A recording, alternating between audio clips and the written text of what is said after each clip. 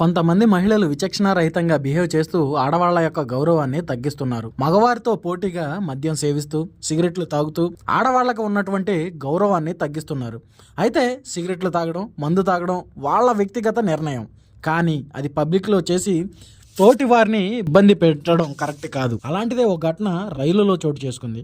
రైలులో ప్రయాణిస్తున్న ఓ మహిళ రైలులోని ఏసీ కంపార్ట్మెంట్లో సిగరెట్ కాల్చింది. దాన్ని ప్రశ్నించిన తోటి ప్రయాణికుల మీద విరుచుకుపడింది ఆ మహిళ. ఆ తోటి ప్రయాణికుడు ఆ మహిళ సిగరెట్ కాలుస్తున్నటువంటి వీడియోను సోషల్ మీడియాలో పోస్ట్ చేయగా అది ఇప్పుడు వైరల్గా మారింది.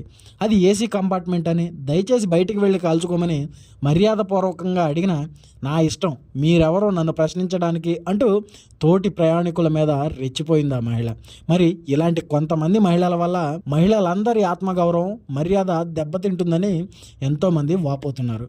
మరి ఈ ఘటన మీద మీ అభిప్రాయాన్ని కామెంట్ రూపంలో తెలియజేయండి.